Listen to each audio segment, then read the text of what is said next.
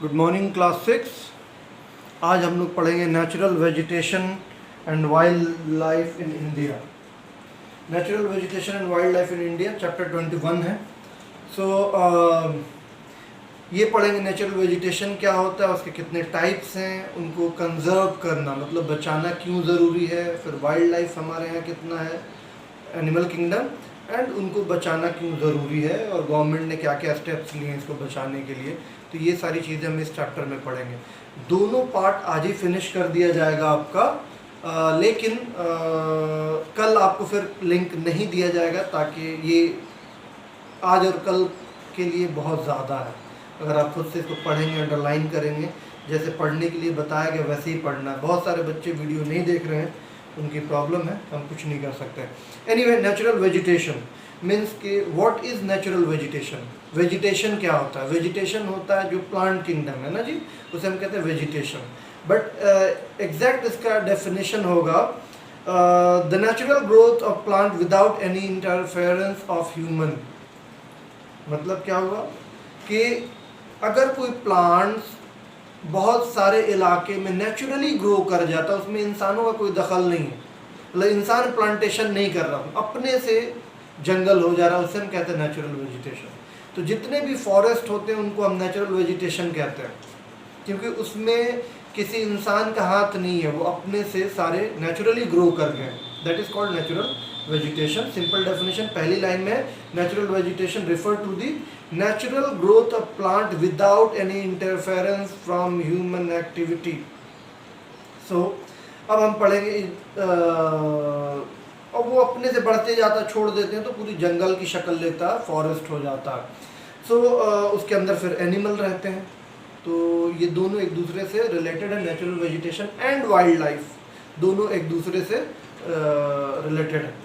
तो type of natural vegetation यानी कि टाइप ऑफ फॉरेस्ट समझ लीजिए।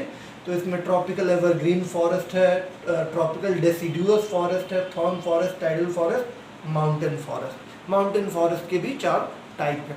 तो सबसे पहले ट्रॉपिकल एवरग्रीन फॉरेस्ट। आपको जानना ये है कि कहते किसे हैं, इसमें कौन सा इंपॉर्टेंट ट्री पाया जाता है और जानवर पाए जाते हैं।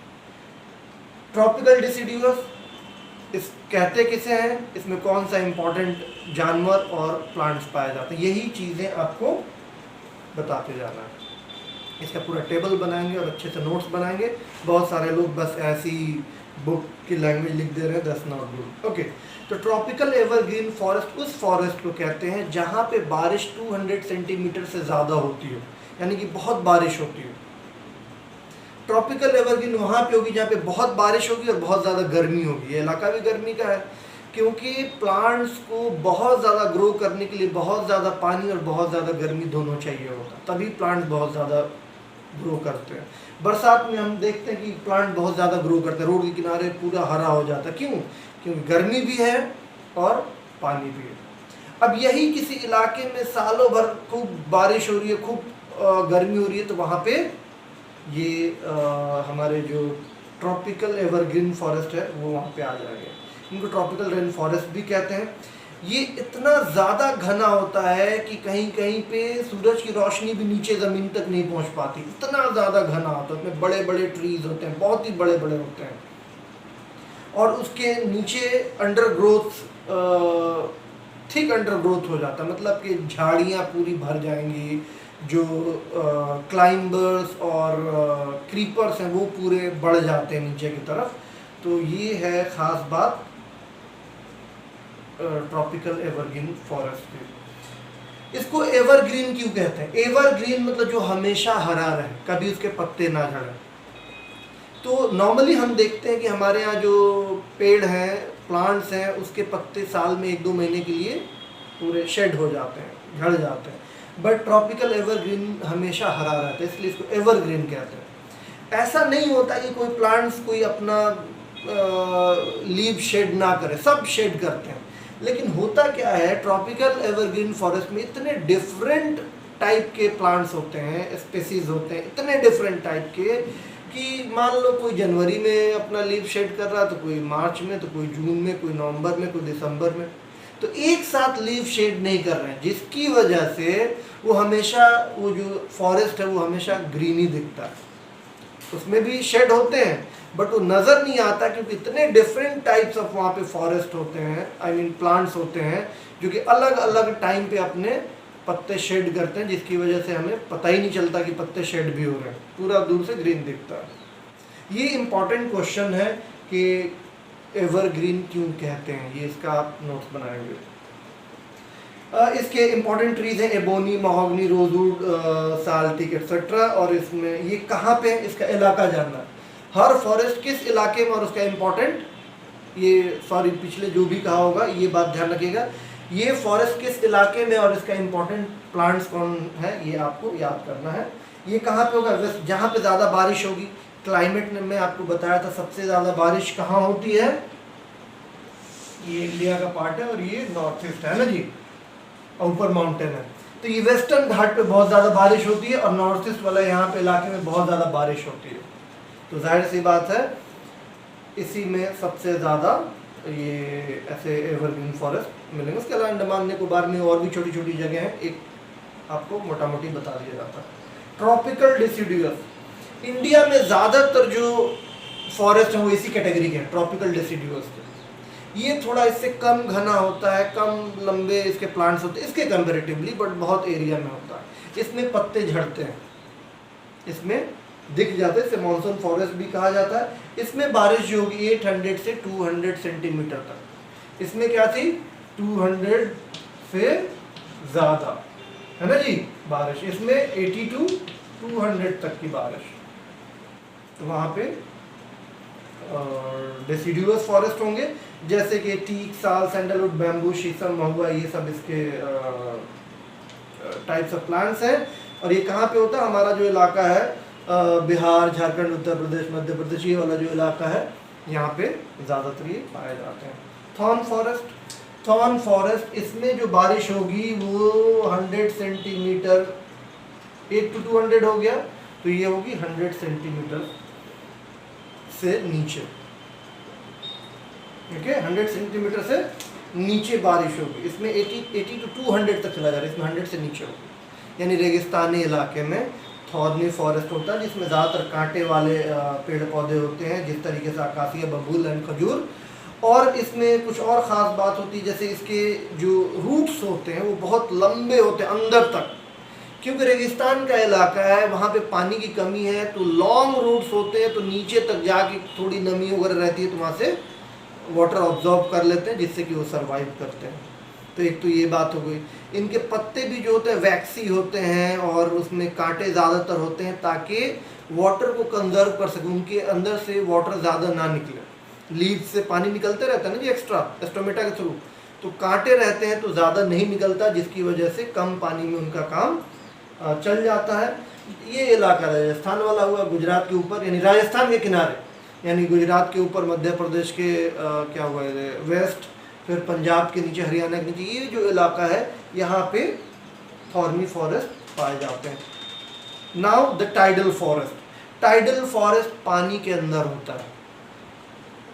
ये जहाँ जहाँ पे डेल्टा बनता, नदी गिरती है, जैसे कि हमने पढ़ा था कि ब्रह्मपुत्र और क्या कहते हैं इसको, गंगा आके यहाँ पे मिल के यहाँ गिरती हैं, तो ये जो पूरा इलाका है पूरा हमेशा पानी से भरा रहता है, कीचड़ पूरा रहेगा। मार्शी एरिया है, मार्शी एरिया मतलब दलदल वाला, कीचड़ वाले एरिया को मार्शी एरिया कहते हैं। तो यहाँ पे हमेशा पानी भरा रहता है, जमा रहता है पानी, तो वहाँ कुछ हो नहीं सकता है, ज़्यादा पानी जमा रहेगा, पेड़ पौधे सूख जाएंगे। तो वहाँ पे जो एक स्पेशल ट्री है जिसका नाम है टाइडल में सुंदरी, सुंदरी प्लांट ट्री सबसे ज़्यादा पाए जाते हैं, इसलिए यहाँ पे इस जगह का नाम है सुंदरबन डेल्टा, है ना जी। गंगा ब्रह्मपुत्र के डेल्टा को सुंदरबन डेल्टा कहते हैं, और सुंदरी जो प्लांट ट्रीज है उसी के नाम पे उस इलाके का नाम सुंदरबन डेल्टा पड़ा है। तो वो कैसे सरवाइव करते हैं, बाकी तो पानी में प्लांट्स ज़्यादा हो जाता है, सालों में तो सड़ जाते हैं, ये कैसे सरवाइव करते हैं, इनमें ब्रीदिंग रूट होता है। मान लिया कि ये पूरा पानी है, कोई प्लांट्स है ना जी, तो इसके अंदर ना इसकी जड़ें है ना ऐसे ऊपर ऊपर निकली रहती हैं, ऊपर ऊपर तक, तो उससे वो लोग सांस ले लेते हैं। This is called breathing roots, सांस लेने वाली जो जड़ है वो है जिसकी वजह से ये लोग ऐसे ट्रीज टाइडल फॉरेस्ट में सरवाइव करते हैं। जो मार्शी एरिया में फॉरेस्ट होता है उसे हम टाइडल कहते हैं, जहाँ पानी जमा रहता है। सुंदरबन डेल्टा। उसके बाद आ जाइए माउंटेन फॉरेस्ट। माउंटेन फॉरेस्ट यानी कि जो फॉरेस्ट माउंटेन के ऊपर होता है उसे माउंटेन फॉरेस्ट कहते हैं। पूरे हिमालय रीजन में माउंटेन फॉरेस्ट है, बट एक ही टाइप का नहीं है। मान लिया ये माउंटेन है यहाँ पे, तो जैसे नीचे है यहाँ पे कुछ हाइट के हिसाब से यहाँ पे कुछ अलग टाइप का फॉरेस्ट है, यहाँ पे कुछ अलग है, यहाँ पे कुछ अलग है, ऊपर वाले कुछ अलग है। इस तरीके से अलग अलग कैटेगरी के फॉरेस्ट है। तो 4 टाइप में बांटा गया है। सबसे नीचे है उसे हम कहते हैं tropical deciduous forest, page number 145 पे।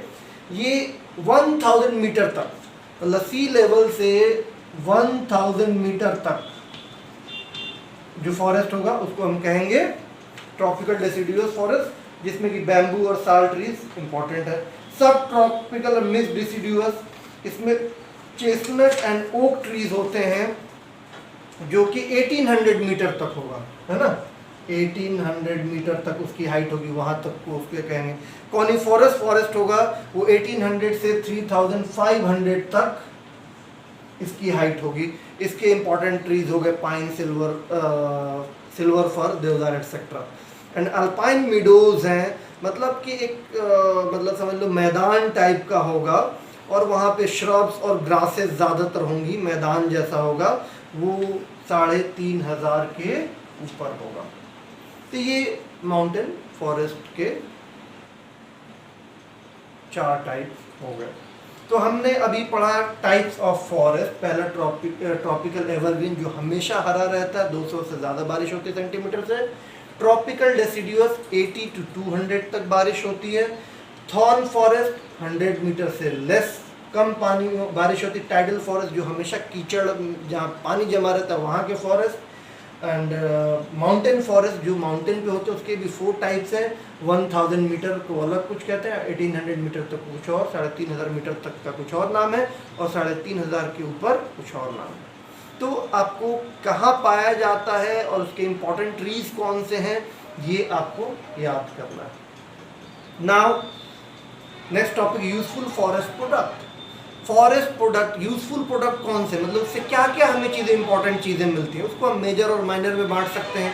मेजर प्रोडक्ट है, जो मेजर चीज़ें, ज़्यादा चीज़ें हैं, वो है जैसे कि फर्नीचर, डोर, विंडो, जितनी भी चीज़ें बनाई जाती हैं। फिर पेपर बनाया जाता है बैम्बू से, और मैच स्टिक, जितने भी इंडस्ट्रियल कामों में ज़्यादातर चीज़ें जो यूज़ होती हैं, जो प्रोडक्ट हमें लगते हैं, उसे हम कहते हैं मेजर फॉरेस्ट प्रोडक्ट। माइनर में आता है जो छोटी छोटी चीज़, जैसे मेडिकल हर्ब्स हो गए, गम हो गया, रेजिन्स हो गया, हनी हो गया, ये टाइप की जो चीज़ें हैं ये माइनर प्रोडक्ट में आता है। सिंपली आपको बस जानना है कि फॉरेस्ट से हमें कौन कौन से प्रोडक्ट मिलते हैं, आप सब याद कर लें, बस इतना है, माइनर और मेजर के चक्कर में ना रहे। अब ये need for conservation of natural resources, क्यों इसको बचाना। कंजर्व मतलब होता है बचाना, कंजर्वेशन मतलब बचाव, मतलब कि वाइल्ड लाइफ को, ये नेचुरल वेजिटेशन को बचाने की ज़रूरत क्यों है हमें। कुछ फ़ायदा होगा तभी तो बचाने की ज़रूरत है, फ़ायदा नहीं हुआ तो कोई ज़रूरत नहीं है। तो हम फ़ायदा चेक करते हैं क्या क्या चीज़ें हैं और इतनी इम्पॉर्टेंट है जिसकी वजह से इसको कंजर्व करना बहुत ज़रूरी है। नेचुरल वेजिटेशन को, प्लांट्स वर्ल्ड को, फॉरेस्ट का बने रहना क्यों इतना इम्पॉर्टेंट है। नंबर 1 पॉइंट है, forest help in attracting rain, increase the moisture content of the air. पेड़ जितने ज़्यादा होंगे, फॉरेस्ट जितने ज़्यादा होंगे, बारिश होने के चांसेस उतने ज़्यादा होंगे, तो बारिश बहुत इंपॉर्टेंट है। सेकंड, ये एयर को क्लीन करता है, ऑक्सीजन और कार्बन डाइऑक्साइड को जो बैलेंस है वो मेंटेन करता है। कैसे, हम ऑक्सीजन लेते हैं जो कि बहुत इंपॉर्टेंट है, कार्बन डाइऑक्साइड हम रिलीज़ करते हैं। उसी तरीके से जो प्लांट्स हैं, जो हम ऑक्सीजन लेते हैं जो कि बहुत इंपॉर्टेंट है, वो ऑक्सीजन को रिलीज़ करते हैं प्लांट्स, तब तो हमारे लिए अवेलेबल होता है। इसलिए ज़रूरी है कि प्लांट्स को कंजर्व किया जाए। इसके अलावा ये सोइल एरोजन से बचाता है। सोइल एरोजन मतलब मिट्टी का कटाव। मिट्टी के कटाव से कैसे बचाता है, जो फॉरेस्ट के रूट्स हैं वो मिट्टी को बाइंड कर, पकड़ के रखते हैं, जिसकी वजह से सोइल एरोजन नहीं होता है। फ्लड कंट्रोल करते हैं, जो पानी है वो आके फॉरेस्ट के एरिया में जमा हो जाता है, जिसकी वजह से फ्लड से बच जाते हैं। और बहुत ही रिच हैबिटेट, मतलब कि वाइल्ड लाइफ जो इतना बड़ा हमारे पास है, डिफरेंट काइंड्स ऑफ एनिमल्स हैं, स्पीसीज हैं, उनके इतने सारे, वो सारे कहाँ एग्जिस्ट करते हैं? घरों में तो नहीं रख सकते, सारे फॉरेस्ट में ही रहते हैं। तो इसलिए वेजिटेशन इसलिए भी ज़रूरी है ताकि वाइल्ड लाइफ सर्वाइव कर सके, वरना वाइल्ड लाइफ खत्म, फॉरेस्ट खत्म होगा, वाइल्ड लाइफ खत्म हो जाएगा। एंड द लास्ट, फॉरेस्ट बहुत ही खूबसूरत दिखता है तो टूरिज़्म के भी काम आता है, हम लोग घूमने के लिए वहाँ जाया करते हैं। अब आज ये wild life and it's conservation. Wild life क्या, उसको कंजर्वेशन कैसे कहते हैं, तो उसको कैसे करते हैं? सो वाइल्ड लाइफ जो है, जिस तरीके से हमने नेचुरल वेजिटेशन पढ़ा कि जो अपने से प्लांट्स ग्रो कर जाते हैं उसे नेचुरल वेजिटेशन कहते हैं, वैसे ही वाइल्ड लाइफ जो नेचुरल वेजिटेशन में जो जानवर खुद से सर्वाइव करते हैं, उनको कोई पालता पोसता नहीं है, उसे हम कहते हैं वाइल्ड लाइफ। उन्हें हम पालने पोसने नहीं जाते हैं, उनका खाना खिलाने नहीं जाते हैं, उनको बंद करके नहीं रखते हैं, वो अपने से रहते हैं, मरते हैं, खाते हैं, शिकार करते हैं। That is called our wild life. तो वाइल्ड लाइफ हमारे यहाँ बहुत डाइवर्सिटी है, बहुत ही ज़्यादा, बहुत different kind of different species के यहाँ पे एनिमल पाए जाते हैं। जैसे कि हमारा नेशनल एनिमल टाइगर है, वो हिमालयन फॉरेस्ट में ज़्यादातर पाया जाता है, फुटहिल में, नीचे वाला जो है यहाँ पे ज़्यादातर पाए जाते हैं। इसके अलावा रॉयल बंगाल टाइगर है, वो सिर्फ और सिर्फ सुंदरबन जो डेल्टा है यहाँ पे बंगाल वाले एरिया में वहाँ पाया जाता है। लेपर्ड जो है वो पूरे इंडिया में, ऑल ओवर इंडिया पाया जाता है, लेकिन जो स्नो लेपर्ड है वो सिर्फ हिमालय के जो बर्फ होते हैं उसमें पाए जाते हैं। इसके अलावा एशियाटिक लायन है, ये सिर्फ गिर गुजरात में पाए जाते हैं। द गिर फॉरेस्ट है वो गुजरात के अंदर, वहाँ पे एशियाटिक लायन पाया जाता है, वो सिर्फ वहीं होते और कहीं नहीं होते हैं। इसके अलावा एलिफेंट है, जो कि ये जो पेनिनसुला का फॉरेस्ट है यहाँ पे और असम के फॉरेस्ट में भी पाया जाता है। वन हॉर्न राइनो, जो सिंगल सिंग वाला जो राइनोसोरस है, राइनो है, वो आपको एंडेंजर्ड प्रोटेक्टेड एनिमल है, मतलब उसकी बहुत ज़्यादा उसकी पोचिंग होती है। पोचिंग मतलब हंटिंग, है ना जी। हंटिंग पोचिंग में फ़र्क क्या है? किसी जानवर को हम मारते हैं उसको बेचने के लिए, उसका खाल या कोई चीज़, उसे हम कहते हैं पोचिंग। तो वो पोचिंग के डर से उसका जो वन हॉर्न है वो बहुत महंगा बिकता है, इसलिए बहुत तेज़ी से लोग उसको मारते हैं, इसलिए उसको प्रोटेक्टेड एनिमल की कैटेगरी में रखा गया है। मतलब उसको मारने का मतलब है आपको बहुत ही कड़ी सज़ा होगी। वो ये असम और वेस्ट बंगाल के एरिया में वन हॉर्न राइनो पाया जाता है। जब भी वन हॉर्न राइनो की बात हो आप समझ जाना असम। द इंडियन बाइसन, जिसको हम गौर भी कहते हैं, ये छोटा नागपुर प्लेट्यू में इस वाले इलाके में पाया जाता है। एंड वाइल्ड याक जो है वो लद्दाख के रीजन में, कश्मीर लद्दाख के रीजन में पाया जाता है। इसके अलावा बहुत सारे रेप्टाइल्स हैं, रेप्टाइल्स जो रेंग के चलते हैं, जैसे कि स्नेक्स, क्रोकोडाइल, टर्टल, एलिगेटर, ये भी बहुत सारा मार्शी इलाके में पाए जाते हैं। मार्शी मतलब जहाँ पानी वाला कीचड़ वाला इलाका रहता है। इसके अलावा बहुत सारे स्पेसीज हैं, deer, antelope, monkey, bear, hyena, wolf, jackal, gazelle and blue bull, ये भी हमारे यहाँ होते हैं। इसके अलावा बर्ड्स की बहुत वैरायटी हमारे यहाँ, फॉर एग्जांपल पीकॉक जो कि नेशनल बर्ड है। इसके अलावा Kingfisher, parrot, duck, pigeon, cranes, ये सारी चीज़ें। इसके अलावा एक माइग्रेटरी बर्ड भी है। What is migratory bird? Migratory bird होती है जो माइग्रेट करके कहीं से आती है, कहीं से चल के हमारे यहाँ आती है। जैसे साइबेरियन क्रेन है, ये बहुत फेमस है। साइबेरिया रशिया में एक जगह, बहुत ठंडा इलाका है, तो जब वहाँ ठंड पड़ती है तो एकदम वहाँ रहने के लायक नहीं होता, तो उतनी दूर से साइबेरिया से क्रेन, बताओ, हमारे राजस्थान में, इंडिया के पार्ट में आके उड़ के चले आते हैं। फिर जब यानी कि मतलब यहाँ पे ख़त्म हो जाता है, वहाँ ठंड ख़त्म हो जाती है, तब यहाँ से उड़ के वापस चले जाते हैं। ये हर साल का उनका काम है। These are called migratory bird. Siberian crane is a migratory bird. अब देखिए कंजर्वेशन, इसका मतलब बचाव। वाइल्ड लाइफ को बचाने के लिए हमारी गवर्नमेंट क्या करिए, बहुत इंपॉर्टेंट है। वाइल्ड लाइफ को सेव करना बहुत ज़रूरी है। बहुत सारे जो एनिमल है वो एंडेंजर्ड हो गए। एंडेंजर्ड मतलब अब वो ख़त्म होने के कगार पे आ गए, उनकी जाति, प्रजाति, स्पेसीज। तो उसको बचाने के लिए सबसे पहले इंडियन गवर्नमेंट ने 1972 में एक कानून बनाया, wild life protection act. Wild life protection act 1972। इसका क्या मतलब था कि पोचिंग मतलब हंटिंग जो है किसी भी एनिमल का वो बैन कर दिया गया, प्रोहिबिट, प्रोहिबिट मतलब मना, बैन कर दिया गया। अब आप हंटिंग नहीं कर सकते, वो लीगल नहीं है। अगर आप हंटिंग करते पकड़े गए तो आपके ऊपर कार्रवाई होगी। दूसरा, more than 100 national park and over 500 wildlife sanctuary have been set up all over the country। इसके अलावा क्या हुआ कि नेशनल पार्क और वाइल्ड लाइफ सेंचुरी बहुत सारे बनाए गए। नेशनल पार्क क्या होता है, वाइल्ड लाइफ सेंचुरी क्या होता है? मान लिया कि इस इलाके में बहुत ज़्यादा जंगल है तो इसको मार्क कर दिया जाएगा, है ना, इसको मार्क कर दिया जाएगा, इसमें कोई एंटर नहीं करेगा और इसको छोड़ दिया जाए ताकि जानवर जो है अपने से घूमे फिरें, इनका ख्याल रखा जाएगा अपने से, मतलब अगर कोई दिक्कत है तो अदरवाइज अपने से वो जिएंगे। सिर्फ यहाँ पे निगरानी रहती है, कोई जाके हंटिंग ना करे, किसी को कोई बीमारी तो नहीं हो गई किसी जानवर को, उसको ठीक करेंगे, इलाज होगा, सारी चीज़ें होती रहती है, लेकिन बाड़े के अंदर नहीं रहते, खुले घूमते हैं वो। These are called wild life sanctuaries या नेशनल पार्क कहा जाता है। इसके अलावा प्रोजेक्ट टाइगर और प्रोजेक्ट राइनोज भी चलाया गया। प्रोजेक्ट टाइगर और राइनोज क्योंकि ये एंडेंजर्ड एनिमल हो गए हैं, खत्म होने वाले थे, तो इनका प्रोजेक्ट चलाया गया ताकि इनको बचाया जा सके। हम अपने पार्ट पे कैसे बचा सकते हैं, हम क्या कर सकते हैं? हम तो जाके किसी को नहीं बचा सकते ना। हम ये कर सकते हैं कि जो चीज़ एनिमल के लेदर की या उनके हड्डी की, ये सींग की अगर बनी हो वो हम यूज़ ना करें, वो ना खरीदें। जैसे हाथी का जो दांत बाहर जो आयोरी उसका बना, वन हॉर्न राइनोज जो है उसका जो है उसकी कोई चीज़ बनी हुई हो, या कोई बेल्ट वगैरह लेदर का बना हो, उन सब चीज़ों का हम इस्तेमाल ना करें। हम नहीं खरीदेंगे, नहीं बिकेगा तो लोग कोचिंग नहीं करेंगे, जानवरों को नहीं मारेंगे। तो ये एक तरीका है जिसके थ्रू हम लोग खुद भी जानवर को बचा सकते हैं। तो ये रहा आज का chapter, the natural vegetation and wild life. आप लोग इसको पूरे बुक को रीडिंग करिए, एक एक वर्ड जो नहीं आता है पूछिए।